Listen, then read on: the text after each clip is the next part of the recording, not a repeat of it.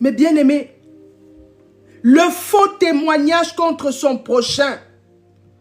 Proverbe 6 au verset 16 à 19 nous dit, il y a 6 choses que l'Éternel est, et même 7 qu'il en a horreur, les yeux hautains, la langue menteuse, les mains qui répandent le sang innocent, le cœur qui médite des projets iniques, les pieds qui se hâtent de courir au mal, de courir au mal, le faux témoin qui dit des mensonges et celui qui excite des querelles entre frères. Mes bien-aimés, le Seigneur nous dit exactement, on n'a pas besoin d'un dessin pour que tu comprennes que c'est Dieu lui-même, dans ses 10 commandements qu'il a donnés à Moïse sur le mont Sinaï, il a dit, le 8e commandement, tu ne feras pas de faux témoignage. Ça veut dire que tu sois du temps de Moïse, que tu sois du temps de la grâce, tu ne dois pas faire de faux témoignages. Ne te dis pas, ça c'était l'ancienne alliance. Il faut laisser ça. L'ancienne alliance, oui, c'était une alliance qui avait ses limites, mais dans la nouvelle alliance, c'est encore pire. Bien aimé, parce que c'est sans limite. La nouvelle alliance, c'est sans limite. Et Dieu ne laisse pas impuni le faux témoignage. Dieu ne laisse pas impuni le faux témoignage, parce qu'il en a horreur.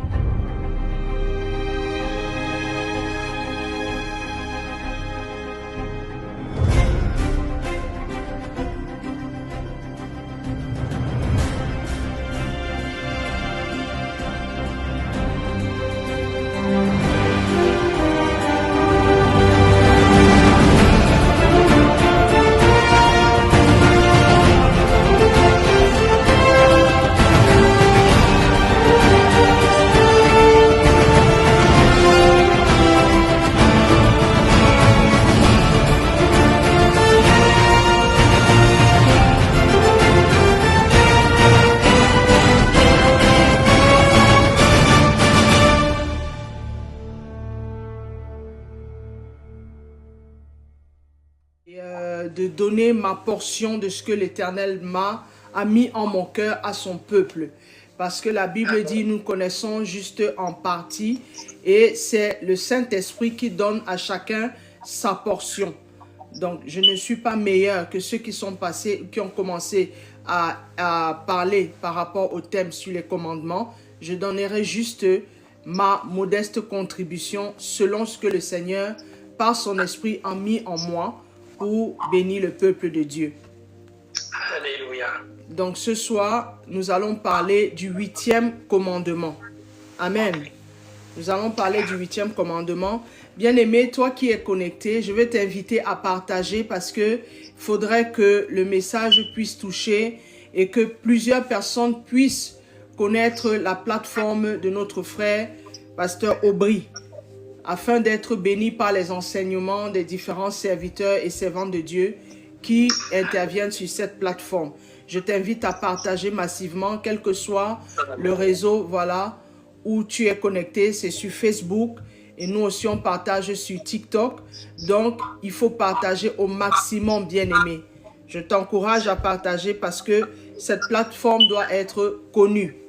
Sois béni pour toi qui partages, que le Seigneur se souvienne de toi. Amen. Nous allons commencer par le message. Le thème, c'est le 8e commandement.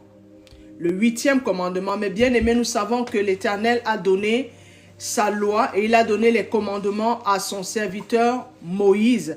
Parmi plusieurs, les lois, les 613 lois, il y avait des commandements qui sont, on peut dire, indélébiles. C'est des commandements qui marchent avec les enfants de Dieu de siècle en siècle, que ce soit dans l'ancienne alliance ou la nouvelle alliance. Ce sont les commandements de Elohim et aucune des alliances n'annule les commandements de Elohim. Alléluia. Nous allons, le texte de base, c'est sur Exode 20 à partir du verset 16. La Bible nous dit ceci. tu ne porteras pas de faux témoignages contre ton prochain. Mais bien aimé, ça, c'est le 8e commandement qui nous parle du faux témoignage. L'Éternel recommande à l'assemblée, à son peuple, les enfants d'Israël, de ne pas porter de faux témoignages les uns envers les autres. Exode 20 à partir du verset 16, c'est le 8e commandement. Alors nous allons rentrer dans la profondeur de ce commandement ce soir pour qu'on puisse comprendre en fait qu'est-ce qui est révélé dans ce commandement et que chacun qui va écouter ce message se retrouve et prenne des résolutions qui sont dignes de repentance, mes bien-aimés. À partir de ce texte, Exode 20, nous allons chuter sur un texte qui me touche particulièrement. Il se trouve dans le livre de Rois, de 1 Roi à partir du verset 21. 1 Roi à partir du verset 21. C'est l'histoire de Jézabel, de Akab et de Naboth, mes bien-aimés. 1 Roi à partir du verset 21. La Bible nous dit ceci. Après ces choses, voici ce qui arriva. Naboth de Jizréel avait une vigne à Jizréel, à côté du palais d'Akab, roi de Samarie. Et Akab parla ainsi à Naboth. Cède-moi ta vigne, pour que j'en fasse un jardin propagé, car elle est tout près de ma maison. Je te donnerai à la place une vigne meilleure. Ou, si cela te convient, je te paierai la valeur en argent. Mes bien-aimés, ici, cette portion de l'écriture commence à nous montrer, nous révéler en fait un caractère que beaucoup de personnes se retrouvent dedans, les enfants de Dieu. Parce nous sommes l'église. Amen. Et beaucoup d'entre nous se retrouvent dans ce caractère qu'a eu Akab, la convoitise, mes bien-aimés. La convoitise. La convoitise entraîne beaucoup de mauvaises choses à la suite. Ici, Akab, étant le roi de Samarie, a commencé à regarder le terrain, la vigne de Naboth. Naboth étant un enfant, un descendant d'Israël, mes bien-aimés. Et ce que il a proposé à Naboth, c'était une proposition vraiment diabolique, on peut dire. Une proposition diabolique. Pourquoi je dis ça? Parce que c'est une personne comme un enfant gâté. Il va voir, puisqu'il est le roi, il a l'autorité et le droit de mettre et de prendre ce qui lui plaît chez ses sujets. Il a oublié une seule chose, et c'est que la terre, le territoire où il était appartenait à Dieu. Mes bien-aimés, ce territoire appartenait à Dieu, à Elohim, à Yahweh. Ce territoire lui appartenait. Et ce territoire avait été donné, les terres avaient été distribuées par Moïse, sous l'ordre de Elohim. Ça veut dire que Elohim avait décidé, telle tribu, chacun va avoir ça, chacun va avoir ça, chacun va avoir ça. Voilà pourquoi Naboth, la vigne, le terrain de Naboth se trouvait à côté du palais de Akab. Naboth n'est pas allé acheter ce terrain. Il n'a jamais acheté. Il a hérité ce terrain de ses pères. Ça veut dire que le terrain avant Naboth, ça appartenait au père de Naboth. Avant, ça appartenait au père du père de Naboth. C'est-à-dire de génération en génération, ce terrain était en héritage dans la tribu, dans la famille de Naboth. Donc, il se trouve que Naboth, c'était un monsieur qui cultivait sa terre. Un monsieur, sa vigne était tellement belle parce qu'il entretenait sa vigne. Et cela suscitait quoi? La convoitise, le regard du roi. Le roi s'est dit, cette vigne, en plus, elle est à côté de mon palais. C'est propice pour moi. Elle donne de bons fruits. Je vais me l'acquérir. Je vais aller voir Naboth. Je vais négocier avec Naboth. Les yeux, ce que les yeux du roi ont vu. Les yeux de Akab ont vu la vigne. Le cœur de Akab s'est porté, s'est penché vers cette vigne. Et Akab, il n'a pas manqué la cupidité. Il était cupide, envieux. Il est allé proposer à Naboth de l'argent. il a oublié quelque chose, mes bien-aimés. C'est que Naboth était un adorateur de l'Éternel. Naboth craignait Dieu. Naboth craignait Dieu. Naboth savait, il était accroché à son héritage. Mes bien-aimés, Naboth craignait Dieu. Naboth savait que c'est quelque chose que Dieu leur a donné. Donc, à son tour, il n'a pas à perdre cet héritage-là. Parce que sa relation, l'alliance que son peuple avait avec Dieu passait par cette terre. Bien-aimés. On va continuer. Le verset 3 nous dit ceci. Mais Naboth répondit à Akab, que l'Éternel me garde de te donner l'héritage de mes pères. Akab rentra dans sa maison, triste et irrité, à cause de cette parole que lui avait dit Naboth de Jizréel. Je ne te donnerai pas l'héritage de mes pères. Et il se coucha sur son lit, détourna le visage et ne mangea rien. Jézabel, sa femme, vint auprès de lui et lui dit, « Pourquoi as-tu l'esprit triste et ne manges-tu point ?»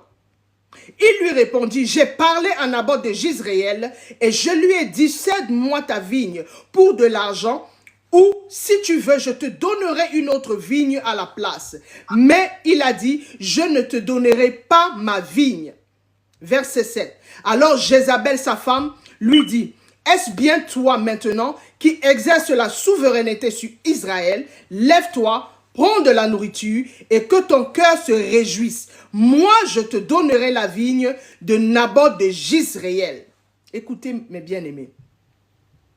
Ici, ça c'est le verset 7. Jézabel, ça dit Akab, le roi, qui exerçait son autorité sur le peuple. Mais bien aimé, il se comportait comme un enfant gâté. Non seulement il est le roi, il est un enfant gâté à qui on doit tout donner. On ne doit rien lui refuser. Quand tu lui refuses, il fait la grève de la faim, il ne mange plus. Il ne mange plus, il va se plaindre chez sa femme. Il est de mauvaise humeur. Pourquoi? Parce que Naboth a refusé de lui vendre son terrain. Mais bien aimé, en fait, cette proposition était tellement diabolique qu'il a cru qu'en avançant l'argent, en disant à Naboth, je vais te donner de l'argent ou je vais te échanger ce terrain contre un autre terrain. Mais il voulait susciter en Naboth de la cupidité. Mais bien aimé, de la cupidité. Et cette cupidité, beaucoup d'enfants de Dieu sont cupides. Beaucoup d'enfants de Dieu ne se contentent pas de ce que Dieu leur a donné. Ils aiment aller récupérer ce qu'on va leur proposer, quitte à perdre ce que Dieu leur a d'abord donné. La convoitise. La convoitise.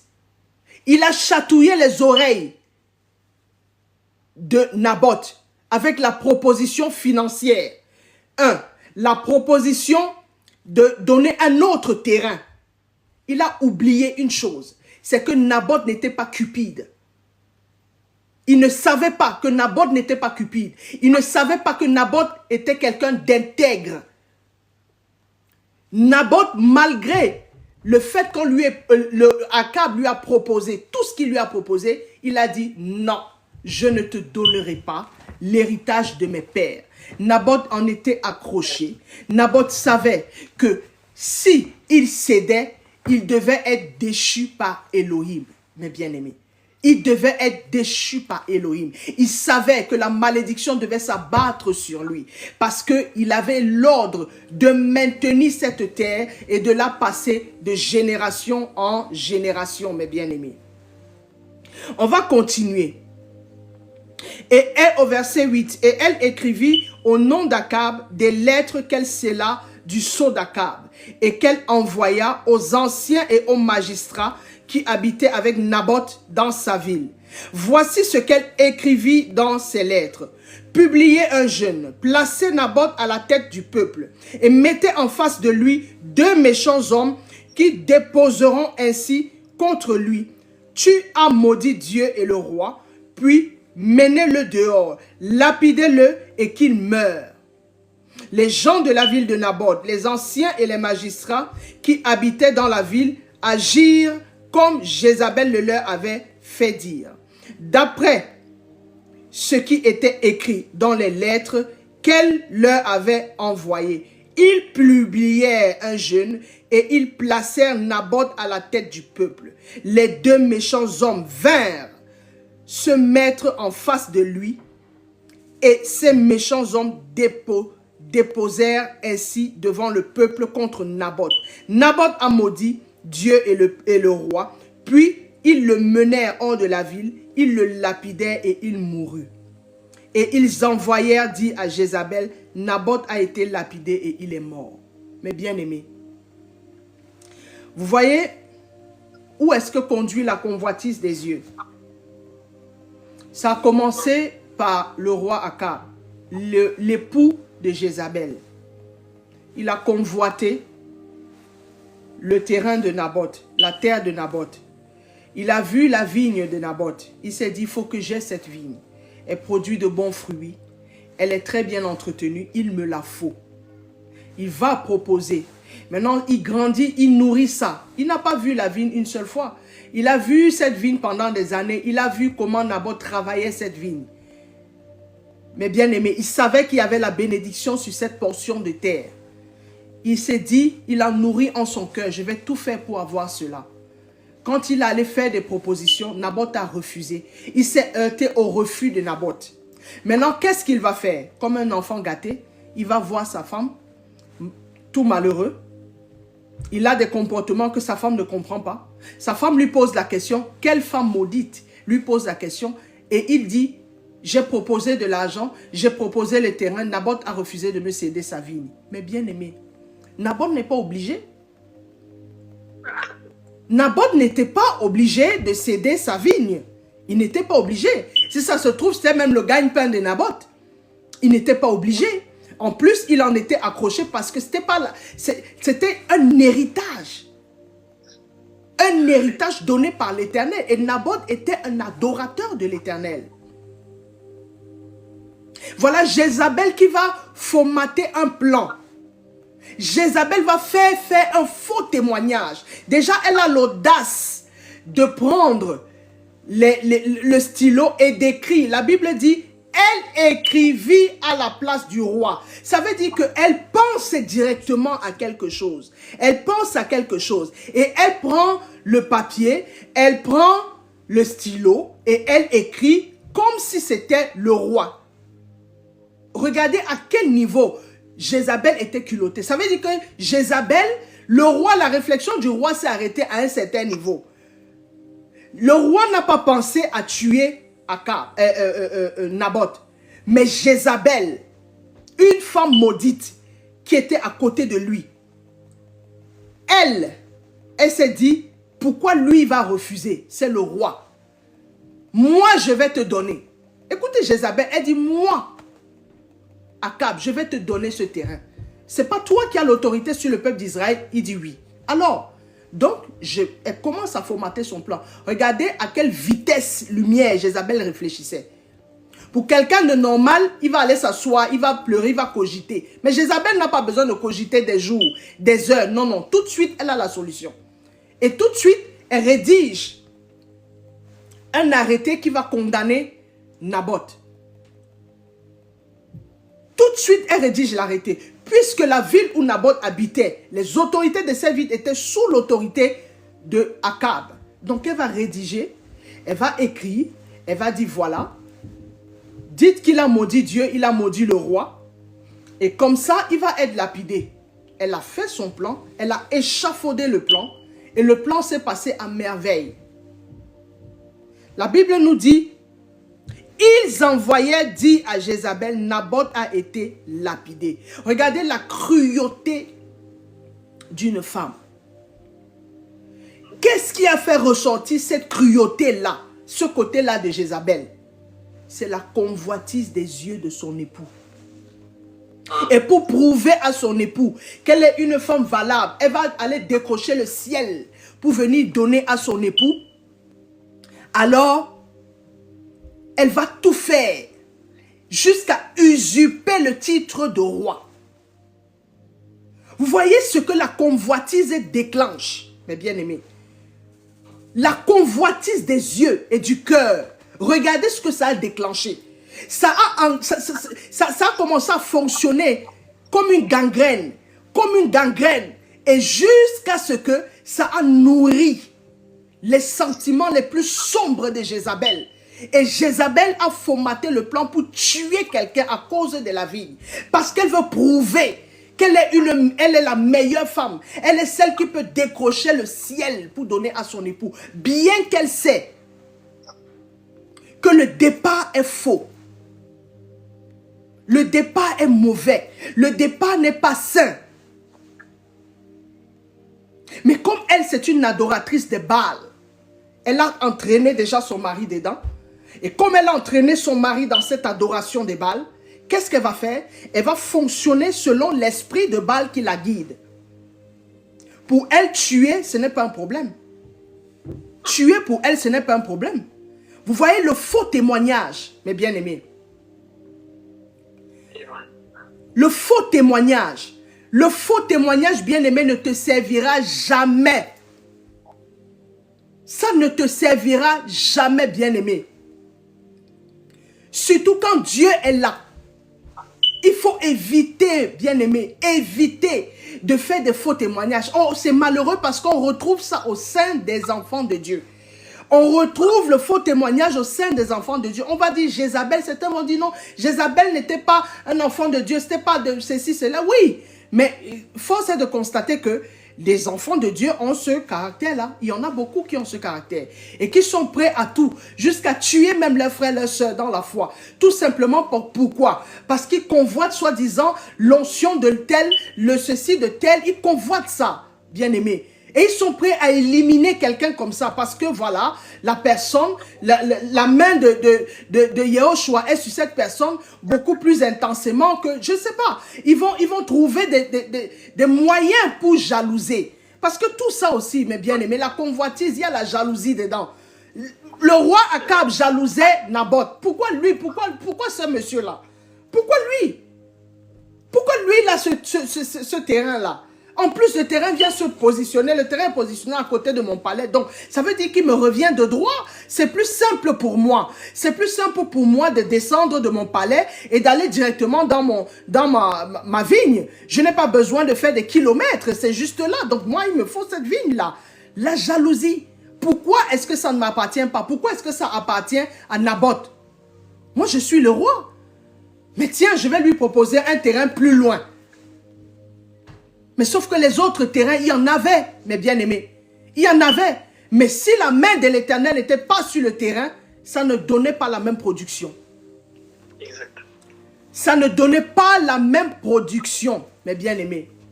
Les gens qui font des faux témoignages, les bien-aimés qui font des faux témoignages, qui viennent même à l'église, ils mentent sur le Saint-Esprit. Ils mentent, ils ne disent pas la vérité. Dieu m'a dit ceci, Dieu m'a... Et pourtant, ils savent qu'ils ont inventé ça. Ils ont inventé, mais ils ont le courage de se tenir devant les gens, devant l'assemblée. Ils se tiennent devant l'assemblée. Ils mentent, ils racontent des bêtises pendant des minutes et voire des heures. Parce qu'ils veulent faire quoi? Ça dit qu'il y a l'arrogance qui est dedans. Il y a l'arrogance qui est dedans. Ils embarquent la volupté. Ils embarquent une soi-disant relation beaucoup plus fusionnelle avec le Saint-Esprit que d'autres. Des gens mentent sur n'importe quoi, mes bien-aimés. Tout ça passe pour qu'on les voit, soi-disant, la meilleure sœur, le meilleur frère de l'église, je ne sais pas, le plus béni de l'église, je ne comprends pas. Et c'est toujours en rapport avec la bénédiction matérielle. Mais bien aimé, Jésus n'est pas mort à la croix pour que tu aies la voiture. Jésus n'est pas mort à la croix pour que tu puisses avoir un mari. Jésus n'est pas mort à la croix pour ça, bien aimé. Il n'est pas allé à la croix pour ça. Il n'est pas allé à la croix pour ça, mes bien-aimés. Toi qui es là, tu jeûnes, tu pries, Seigneur, j'ai besoin de la voiture. Seigneur, j'ai besoin de... On ne jeûne pas, on ne prie pas pour avoir la voiture, bien-aimés. On n'est pas béni, on ne vient pas à l'église devant l'assemblée de Dieu. On ne dit pas devant les que je bénis le Seigneur parce que j'ai acheté la voiture. Mais les païens achètent la voiture. Mais quel est l'essence du témoignage derrière? Qu'est-ce qui va édifier quand les gens vont entendre qu'aujourd'hui tu as acheté la voiture? Tout ça parce que tu veux te faire voir. Comme la sœur Yolande a dit. Parce que tu veux te faire voir. Tu veux faire bonne impression. Mais bien aimé, attention. Les gens qui racontent tout et n'importe quoi sur les serviteurs, les servantes de Dieu. Qui ont l'occasion de dire ce qu'ils veulent pour dénigrer les uns les autres. Vérité. Mais où on va avec ça? Où va-t-on avec ça, bien-aimé? Où va-t-on? Où est-ce que toi tu vas avec? Quand toi tu prends ta Bible, tu lis ta Bible, ou bien quand toi tu pries, quand tu finis de prier, tu te lèves le lendemain, tu vas dans les complots, tu prends tes pieds, tu prends ton corps. La Bible dit, ton corps c'est le temple du Saint-Esprit. C'est ce temple-là que tu prends pour entrer dans les complots, pour détruire les autres. Mais qu'est-ce qui n'a pas marché? Et puis tu vas venir fatiguer les gens, tu vas dire je suis possédé, ceci, bien aimé. Une personne, un élu n'est pas possédé. Amen. Un élu n'est pas possédé. C'est vrai. Un élu marche dans la foi. Un élu, le fruit de l'esprit est développé en lui. Un élu ne peut pas faire de faux témoignages. Si tu te retrouves à faire de faux témoignages, bien aimé, c'est que tu n'as jamais été connu de Yahushua. Je te dis la vérité. On t'a prêché un faux Yahushua. On t'a prêché un faux Yahushua. Le véritable Yahushua, tu viens à lui tel que tu es, bien aimé. Et c'est lui qui te délivre. C'est lui qui te délivre. Si tu te rends compte que tu passes des années, tu vas dans l'église, bien aimé, tu ne changes pas. C'est que tu n'as pas connu le véritable Yahushua. Je te dis la vérité. Sors de l'endroit où tu es, va chercher le véritable Yahushua. C'est que tu ne l'as pas connu. C'est que tu ne l'as pas connu. Tu peux avoir fait 15 ans, 20 ans, 30 ans en tant que soi-disant chrétien. Mais pose-toi la question, comment est-ce que je suis venu? Comment est-ce que moi je me définis en tant qu'enfant de Dieu? Comment moi je me définis? Comment est-ce que moi je suis venu à ce Jésus-là? Parce que les gens disent, je suis chrétien depuis tel nombre d'années. Mais quand tu regardes leur vie, il n'y a rien de Yahushua en eux. Rien. Et ce sont eux qui sont assis à l'église, ils sont remplis d'orgueil, remplis de convoitise, remplis de jalousie, remplis de médisance, de tout ce qui est mauvais. Ils n'ont pas de mal à lire la Bible. Je ne sais pas, quand ils lisent la Bible, les yeux sont fermés, je ne sais pas. Ils ferment la Bible et puis, tout de suite après, ils sont dans une autre dimension où ils détruisent seulement leurs semblables. Bien-aimé, Dieu n'aime pas le faux témoignage. Je vais lire une portion. La Bible dit, Proverbe 25, à partir du verset 18, dit ceci. Comme une massue, une épée et une flèche aiguë, ainsi est un homme qui porte un faux témoignage contre son prochain.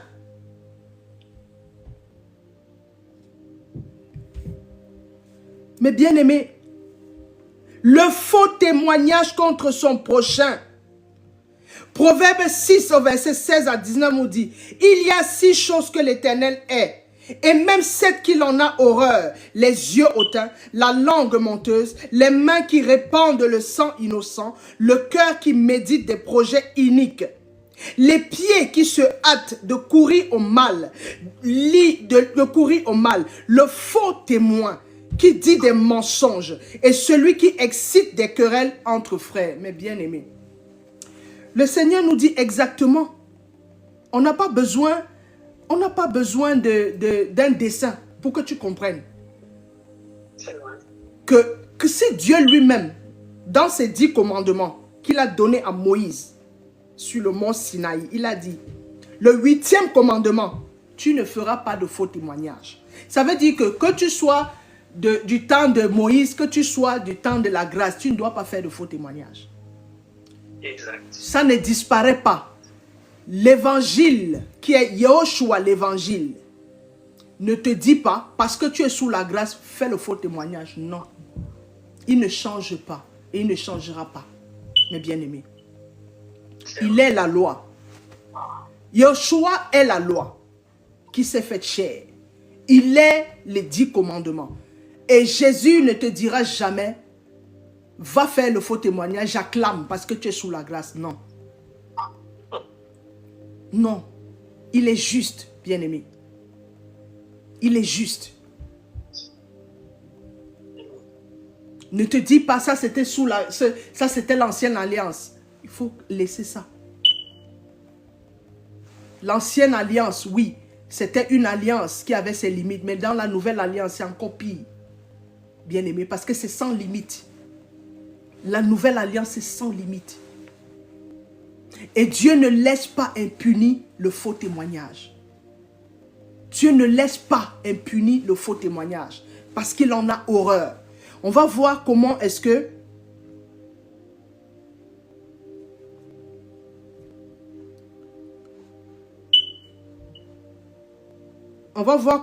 que Dieu a rendu justice à Naboth.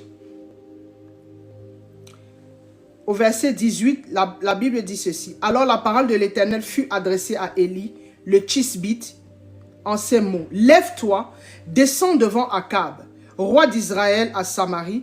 Le voilà dans la vigne de Naboth, où il est descendu pour en prendre possession. Parce que l'élément, ils ont tué Naboth. Remarquez une chose. Akab n'a pas demandé à Jézabel pourquoi est-ce que Jézabel a tué Naboth. Il n'a pas demandé ça à Jézabel, hein? Ça l'a arrangé. Il est entré dans la compromission. Ça l'a arrangé que Jézabel ait éliminé Naboth, tant mieux. De toute façon, maintenant son champ est libre, je vais le prendre. Voilà pourquoi la Bible dit, il est descendu pour en prendre possession sans gêne, sans honte. Ils ont froidement tué Naboth. Et lui, Naboth c'est un colis gênant. Il récupère carrément le terrain de Naboth. Il oublie que Naboth avait un Dieu. Il oublie que Naboth était un adorateur de Dieu. Il oublie que Naboth était un homme intègre. C'était un homme de paix. Ça, il a oublié ça. Et le Dieu de Naboth voyait, l'Éternel voyait. Verset 19, tu lui diras, ainsi parle l'Éternel. N'es-tu pas un assassin et un voleur? Et tu lui diras, ainsi parle l'Éternel, au lieu même où les chiens ont léché le sang de Naboth, les chiens lécheront aussi ton propre sang. Akab dit à Élie, m'as-tu trouvé mon ennemi? Bien sûr que c'était l'ennemi d'Élie, parce qu'il persécutait Élie, lui et sa femme. Il n'aimait pas les prophètes. Il répondit, je t'ai trouvé parce que tu t'es vendu pour faire ce qui est mal aux yeux de Dieu. Voici, je vais faire venir le malheur sur toi. Je te balayerai, j'exterminerai quiconque appartient à Akab, celui qui est esclave et celui qui est libre en Israël.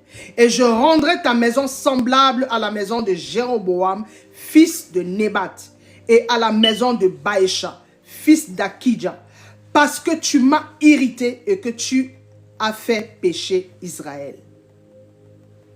L'Éternel parle aussi à Jézabel et dit, les chiens mangeront Jézabel près du rempart de Jizréel. Celui de la maison d'Akab qui mourra dans la ville sera mangé par les chiens, et celui qui mourra dans les champs sera mangé par les oiseaux du ciel. Il n'y a eu personne qui se soit vendu comme Akab pour faire ce qui est mal aux yeux de l'Éternel. Et Jézabel, sa femme, l'y excitait. Mais bien aimé, regardez. Ça, c'est la sentence de l'Éternel sur les commanditaires du meurtre de Naboth le juste. De Naboth l'adorateur. Naboth n'avait rien demandé. Comme il y a certaines personnes que toi, tu connais bien aimé, toi qui m'écoutes là. Combien de faux témoignages tu es allé faire sur les gens? Et tu t'es réjoui de leur malheur, même s'ils ne sont pas morts. Qu'est-ce que toi tu fais dans le secret? Regarde, la Bible dit ici, hein, Naboth est descendu, lui marchait. Naboth marchait tranquillement. Il ne savait pas que les yeux de l'Éternel le regardaient, allaient prendre possession de ce qui ne lui appartient pas. Toi qui m'écoutes, qu'est-ce que tu vas faire? Qu'est-ce que toi tu fais? Parce que tu convoites quelque chose. Ça peut être quelque chose qui appartient à ton frère, à ta soeur, à un de tes amis, à une de tes amies, même à un de tes collègues au travail.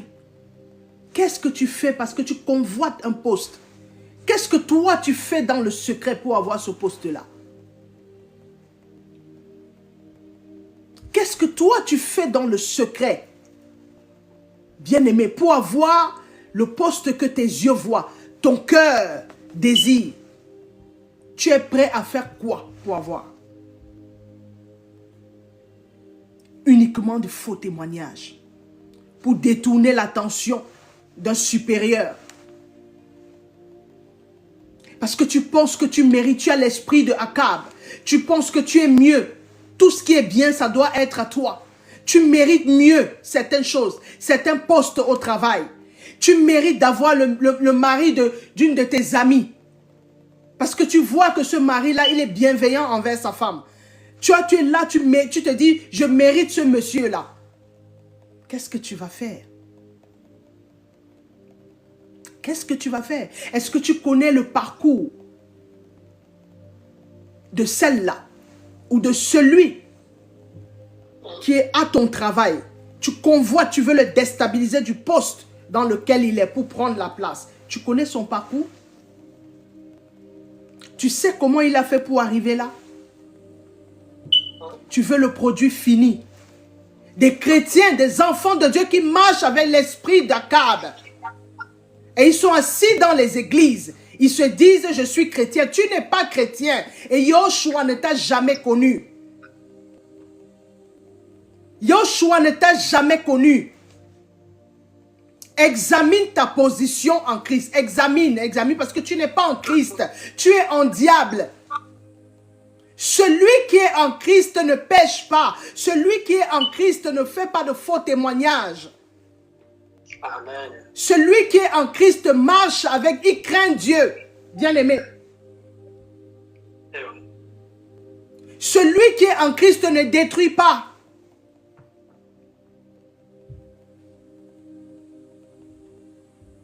Quel genre de soi-disant chrétien tu es? Parce qu'on peut être chrétien sans être un enfant de Dieu. Sans être un élu de Dieu. Ça veut dire que même le bon sens, tu n'as pas. Même le bon sens, tu n'as pas. Mais bien aimé, le faux témoignage, c'est un niveau d'extrême malhonnêteté. D'extrême malhonnêteté.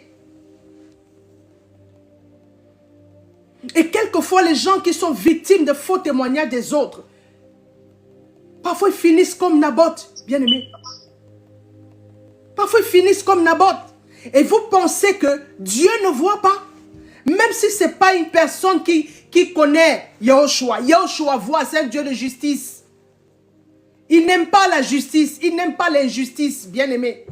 Quel que soit dans le sens où l'injustice est faite, Yahushua n'aime pas. Si toi qui es sympathisant à l'église, qui est adhérent à l'église, tu vas porter de faux témoignages parce que ça, c'est les adhérents qui font ça. Ce sont les adhérents à l'église, les adhérents dans les bâtiments. Ils adhèrent comme dans un parti politique, ils sont sympathisants, ils sympathisent. C'est vrai. Ils sympathisent. Ils tournent autour, ils tournent en rond. Parce qu'ils cherchent quelque chose. Si tu cherches Yahushua parce que tu veux des enfants, si tu le cherches parce que tu veux un mari, si tu le cherches parce que tu veux la voiture, un poste, c'est que tu ne cherches pas le bon Yahushua. Tu cherches le faux. Tu cherches le Jésus cosmique. Oui. Tu cherches bas Jésus, bien-aimé. Tu ne cherches pas le Jésus, le véritable de la Bible. Tu ne le cherches pas.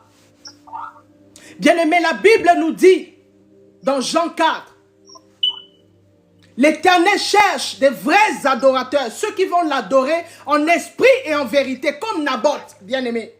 Ceux qui vont se contenter de ce que Dieu leur donne. Ceux qui vont se contenter de ce que Dieu leur donne. Ceux qui ne vont pas, bien-aimés, aller convoiter les choses des autres.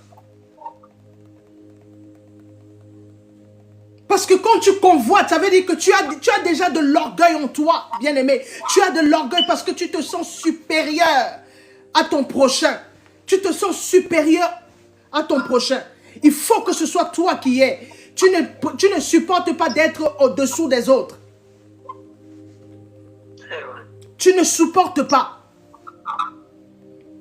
Et tu es prêt à tout pour détruire, pour nuire. Parce que tu veux ce que l'autre a. Quand tu veux ce que l'autre a, est-ce que tu es prêt à passer par les challenges de l'autre? Tu sais comment il a fait pour avoir ça? Quelquefois, mes bien-aimés, les personnes que vous convoitez ne sont même pas, leurs bénédictions ne viennent même pas de Dieu. Parce que la Bible dit, la bénédiction de l'Éternel n'est suivie d'aucun chagrin. Il y a des personnes que vous convoitez, mes bien-aimés, qui ne sont pas comme Naboth, qui n'ont pas été bénis par Dieu, qui ont été bénis par Satan. Vous les voyez le jour, mais la nuit ne dorment pas. Et toi, un sympathisant, soi-disant chrétien, toi, tu es un sympathisant. Toi, tu vas convoiter ça. Au point où certains parmi vous, vous allez toquer, vous allez rentrer dans des portes compliquées. Vous allez faire des propositions. Parfois, Satan ne vous calcule pas, il ne vous connaît même pas. Il ne vous connaît pas. Arrêtez de croire que Satan est omniprésent. Il n'est pas omniprésent. Il n'est pas omnipotent. Si Satan est, je sais pas, en Californie, il est là-bas. Il ne peut pas être en Californie et à Paris. Il ne peut pas. Ni lui, ni ses démons. Ils ne peuvent pas. Parce qu'il n'est pas omnipotent. Il n'est pas omnipotent. Il n'est pas omniprésent. Mes bien-aimés, n'allez pas chercher Satan. N'allez pas cogner à sa porte. Viens, viens, viens. Qu'est-ce que ton cœur te dit? Parce que le faux témoignage, ça part du cœur. Est-ce que ton cœur est circoncis? Est-ce que ton cœur est circoncis? Quel genre, quel Jésus tu as reçu toi? Quel Jésus tu as reçu? Si du moins tu dis, j'ai reçu Jésus. Déjà tu dis, j'ai donné ma vie. Non, non, non, non, non. Non. C'est Jésus qui donne sa vie pour nous. Toi, tu ne peux pas donner ta vie à Jésus. Tu ne peux pas. J'ouvre ici cette parenthèse. Personne ne peut donner sa vie à Jésus. C'est Jésus qui a donné sa vie pour nous. Est-ce que toi, tu es allé à la croix? Non. C'est un abus de langage. Et c'est un abus qui est courant dans le corps de Christ. J'ai donné ma vie à Christ. Je dis non. Tu as accepté l'évangile. Tu as accepté, tu es passé peut-être par les eaux du baptême. Tu as accepté de parler de Jésus. Tu as accepté la mission des disciples. Mais c'est Jésus qui a donné sa vie pour toi. C'est Jésus qui t'a donné sa vie. Mais toi, lequel de Jésus tu as reçu? Il faut que tu te poses un peu la question. Lequel de Jésus j'ai reçu? Parce que dans la Bible, il y en a 3. Lequel toi tu as reçu? Est-ce qu'on t'a prêché un Jésus qui va seulement te donner les enfants sans te transformer? Sans changer ton cœur? Est-ce qu'on t'a prêché un Jésus qui va venir seulement te parler des démons à gauche, à droite, partout? Est-ce qu'on t'a prêché un Jésus qui ne délivre pas? Qui ne te protège pas? Qui ne peut pas te donner au temps convenable? Quel évangile on t'a prêché? Pour que tu grandisses dedans. Et que tu te retrouves dans les faux témoignages, dans les complots. Quel genre d'évangile? Quel genre d'évangile? La Bible nous dit dans Matthieu 6, recherchez premièrement le royaume des cieux. Est-ce que le royaume est en toi? Est-ce que tu recherches le royaume? Le royaume, c'est le règne de Yahushua. Le règne de Yahushua, c'est la puissance d'Elohim manifestée en Yahushua qui doit se déployer en toi par la force du Saint-Esprit que tu as reçu. Amen. Parce que l'Esprit de Dieu est en toi, si du moins tu as reçu. Voilà pourquoi l'apôtre Paul disait, de quel baptême vous a-t-on baptisé? Quel Jésus vous a-t-on prêché? Attention, bien-aimé. Que si tu te retrouves, si ton cœur est toujours porté dans la convoitise, si ton cœur est porté dans l'orgueil, la médisance, toutes ces choses, bien-aimé, Yahushua ne t'a jamais connu. Je te dis la vérité. Il ne t'a jamais connu parce qu'un élu, un enfant de Dieu ne fait pas toutes ces choses-là. Ça, c'est pour les gens qui sont en diable. Ils ne sont pas en Christ. Un enfant de Dieu ne peut pas se réjouir. C'est-à-dire, il faut mater un malheur et se réjouir de ce malheur. Et là, s'il est content, tu vois des choses comme ça. Des gens sont contents, je suis content qu'il lui arrive ça. C'est bien fait pour sa poire. Non, mes bien-aimés. Non. Le faux témoignage. Le faux témoignage. Ce que la parole que l'Éternel a donnée par son serviteur Élie s'est accomplie. Le Seigneur a vengé son serviteur. La Bible nous dit au verset 30. Et Jéhu alla vers Jizréel. Or, Jézabel l'a pris et mit du phare à ses yeux et orna sa tête. Et regarda par la fenêtre. Et Jéhu arriva à la porte de la ville et elle dit, est-ce la paix, Zimri, assassin de son seigneur? Et il leva le visage vers la fenêtre et dit, qui est pour moi? Qui? Et 2 ou 3 eunuques regardèrent vers lui. Et il dit, jetez-la en bas. Alors, ils la jetèrent. Et une partie de son sang jaillit sur la muraille et sur les chevaux. Et il la foula aux pieds. Puis il entra et mangea et but. Il dit ensuite, allez donc voir cette maudite et enterrez-la, car elle est fille de roi.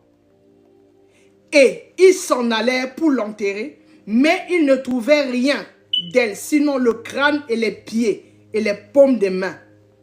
Au verset 36, et ils revinrent et le lui rapportèrent. Alors il dit, c'est la parole de l'Éternel que l'Éternel a prononcée par l'intermédiaire de son serviteur Élie. Par l'intermédiaire de son serviteur Élie le Tishbite, en disant, dans le champ de Jizréel, les chiens mangeront la chair de Jézabel. Et le cadavre de Jézabel sera comme du fumier sur la surface des champs, dans le champ de Jizréel, de sorte qu'on ne dira pas c'est Jézabel. Mais bien aimé, une mort violente. Une mort violente, bien aimé. Mais regardez jusqu'où Jézabel allait. Elle a mis le phare à tout ça parce qu'elle s'est dit, avec son esprit de séduction, elle va séduire. Oh, vraiment le Dieu. Ah, c'est pas possible. Jézabel a servi de fumier aux animaux. Amen. Vous voyez? La parole de l'Éternel qui était sortie s'est accomplie. Le Seigneur a éteint de fumier. Ça dit que elle était devenue le fumier des champs. Les animaux ont écrasé son corps. La Bible dit les chevaux marchaient sur son corps dans toute la paume des mains. Mais bien aimé, c'est grave. C'est très grave. C'est très grave, mes bien-aimés. L'Éternel l'a éteint. L'Éternel l'a éteint. L'Éternel a détruit Jézabel. Elle n'a même pas eu de sépulture, rien. Le faux témoignage. Bien-aimé, souviens-toi de nos frères qui ont menti au Saint-Esprit. Ils ont vendu, toujours l'histoire des terrains. Ils ont vendu le terrain, Ananias et Saphira. Ils sont venus mentir en disant non, ceci, cela. L'un, s'ils se sont entendus, l'un allait mentir, le Saint-Esprit l'a frappé là-bas. L'autre, en venant corroborer le mensonge, le Saint-Esprit, les deux sont morts le même jour. Tout ça pourquoi? Le mensonge, le faux témoignage, le mensonge. C'est vrai. Le terrain pour lequel elle a tué, le terrain l'a enterré. Mais bien aimé, elle a été enterrée. C'est-à-dire qu'elle était projetée de la fenêtre. Quelle mort violente. Elle a eu le temps de rédiger comment est-ce que Naboth allait mourir. Pour elle, personne n'a rédigé. Personne n'a rédigé. Même les eunuques qui étaient sous l'autorité de Jézabel dans le palais, les eunuques se sont retournés contre elle. Les eunuques ont suivi le serviteur de Dieu, ils ont exécuté. Faites-la passer par la fenêtre et l'ont jeté. Comme un vulgaire sac. Son corps s'est déchiré en descendant. Déchiré, déchiré, déchiré, déchiré. Arrivé au sol, on ne reconnaissait plus rien. On ne reconnaissait plus parce que l'Éternel avait dit, on ne saura même pas. Il efface ton existence comme ça. Il n'y a pas de sépulture pour toi, il n'y a rien. Les chiens vont manger ta chair. Ça, c'est très grave. Bien-aimé, attention aux faux témoignages. Attention aux faux témoignages. Attention aux faux témoignages. C'est très compliqué, mes bien-aimés. Mais à contrario, Akab s'est repenti. Akab a demandé pardon à Dieu.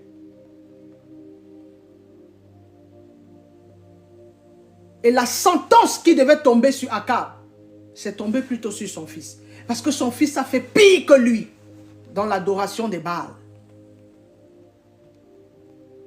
Mais la commanditrice, celle qui a entraîné Akab, son mari, dans l'adoration des Baals, dans le meurtre d'un adorateur, de quelqu'un qui il demandait seulement à vivre, à cultiver sa vigne. Mais le faux témoignage, mes bien-aimés. Ici, je vais ouvrir une parenthèse et te dire ceci, bien-aimé. Naboth était le type de Jésus. Naboth était le type de Jésus, mes bien-aimés. Et Jésus, c'est l'antitype. Ça veut dire Naboth représentait, c'était l'image de Jésus qui devait venir. Mais bien-aimés, Naboth s'est accroché à sa vigne. Naboth s'est accroché à sa vigne. Tout comme Jésus, il dit, je suis le cep et le Père est le vigneron. Elohim a donné à Jésus un champ. Nous sommes le champ de Elohim. Qu'il a donné à Yahushua en héritage. Mais bien aimé, Naboth était le type de Jésus. Naboth était le type de Jésus. Alléluia. Tout comme Jésus, Naboth a subi un faux témoignage.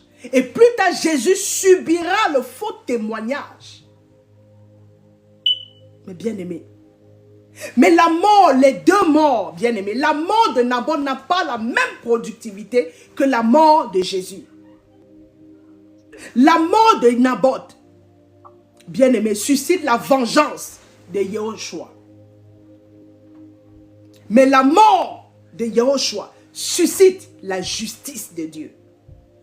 Alléluia. Voilà pourquoi je vous dis, Naboth était le type de Jésus. Naboth entretenait sa vie tout comme Christ qui a reçu un terrain et qui dit, nous, lui, il est le cep et nous sommes Les sarments accrochés à lui. C'est lui qui cultive la vigne, comme Naboth prenait soin de la vigne. C'est le Seigneur qui prend soin de ses bien-aimés, qui prend soin de ses enfants. Parce que la Bible, il nous dit, nous sommes le champ de Dieu.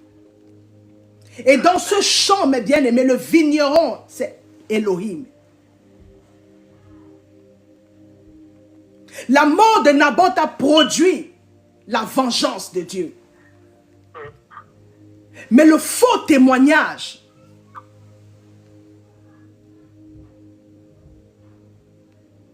de Jésus, qu'on a fait à Jésus, a produit la justice de Dieu. Bien-aimé, la justice de Dieu. Jésus, c'est le type parfait. Naboth, c'était l'ombre des choses qui devaient arriver. Jésus, mes bien-aimés, à la croix, sa mort a produit en toi le salut. Sa mort t'a donné quoi? Des acquis, bien-aimés. Des acquis. La mort de Yahushua t'a justifié. La mort de Yahushua t'a donné la paix, t'a donné la grâce, t'a donné la vie. Yahushua est mort à la croix. Tu as reçu la substitution, bien-aimé. Tu as reçu la propitiation, bien-aimé. Et Yahushua n'est pas allé à la croix pour toi, pour que tu demeures dans ton état de péché. Parce qu'il est venu, il a pris tes péchés passés, tes péchés présents et tes péchés futurs. Voilà pourquoi il dit, je suis venu proclamer sur toi une année de grâce. Je suis venu te donner la liberté. Je suis venu délivrer, rendre libre l'opprimé. Toi qui es encore sous l'oppression, bien-aimé, de la convoitise, l'oppression de l'orgueil, l'oppression de la jalousie, l'oppression des faux témoignages. Yahushua est venu te libérer de cela. Amen. Yahushua est venu te délivrer de cela. Voilà pourquoi il dit, je suis venu rendre libre l'opprimé, libérer, délivrer les captifs. Tu étais encore captif de toutes ces choses. Mais aujourd'hui, parce que tu as entendu ce message, le Seigneur te dit, oui, je n'aime pas le faux témoignage. J'ai horreur du faux témoignage, je ne change pas. Mais dans le temps de la grâce, je te prends comme tu es. Je t'ai donné ma vie. Je suis allé à la croix pour toi. Pour justement ôter ces choses en toi. Ces choses qui te retiennent encore. Ces choses qui voilent tes yeux. Ces choses qui font en sorte que tu penses que je suis avec toi. Alors que tu ne me connais pas. Quand tu vas me connaître, quand tu vas venir vers moi, moi je vais te délivrer. Parce que je suis venu pour ça, pour te délivrer, pour te donner la vie, pour te donner la grâce. Je suis venu pour ça. Je prie, bien-aimé,